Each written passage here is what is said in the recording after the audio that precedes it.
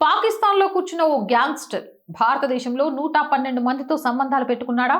Maharashtra anti terrorism squad అంటే ATS రాష్ట్ర వ్యాప్తంగా భారీ స్థాయిలో తనిఖీలు నిర్వహించింది. రాష్ట్రంలోని మొత్తం 14 ఏటీఎస్ యూనిట్లు ఒకేసారి రంగంలోకి దిగి 112 మందిని విచారిస్తున్నాయి. కారణం ఒకటే, పాకిస్తాన్కు చెందిన గ్యాంగ్స్టర్ షెహజాద్ భట్టీతో సోషల్ మీడియా ద్వారా సంబంధాలు ఉన్నాయని అనుమానం.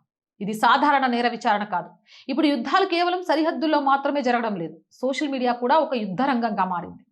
విదేశాల్లో కూర్చున్న నేర ముఠాలు, తీవ్రవాద అనుబంధ వ్యక్తులు ఫేస్బుక్, ఇన్స్టాగ్రామ్, టెలిగ్రామ్, వాట్సాప్ వంటి వేదికల ద్వారా యువతతో పరిచయాలు పెంచే ప్రయత్నాలు చేస్తున్నాయనే హెచ్చరికలు గతంలో కూడా వచ్చాయి. దర్యాప్తు సంస్థల సమాచారం ప్రకారం షెహజాద్ భట్టి పాకిస్తాన్లో ఉన్న గ్యాంగ్స్టర్ గా గుర్తించబడ్డాడు. భారత వ్యతిరేక ప్రచారం, సోషల్ మీడియా కార్యకలాపాలు మరియు అనుమానాస్పద సంబంధాల కారణంగా అతని కార్యకలాపాలు భద్రతా సంస్థల దృష్టిలో ఉన్నాయి. ప్రధానంగా 3 అంశాలపై దృష్టి పెట్టింది. ఈ 112 మందికి షెహజాద్ భట్టితో ఉన్న సంబంధాల స్వరూపం ఏంటి?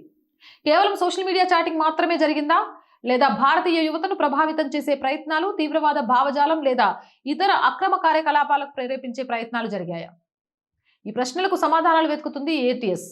ప్రస్తుతం ఇది దర్యాప్తు దశలో ఉన్న కేసు. ఇప్పటి వరకు ఏటీఎస్ ఎలాంటి అరెస్టులు చేయలేదు. ఈ 112 మందిపై ఎలాంటి నేరం రుజువు కాలేదు. కానీ ఒక విషయం మాత్రం స్పష్టంగా కనిపిస్తోంది. భారత భద్రతా సంస్థలు ఇప్పుడు కేవలం సరిహద్దుల్లోనే కాదు, సోషల్ మీడియాను కూడా అత్యంత అప్రమత్తంగా గమనిస్తున్నాయి.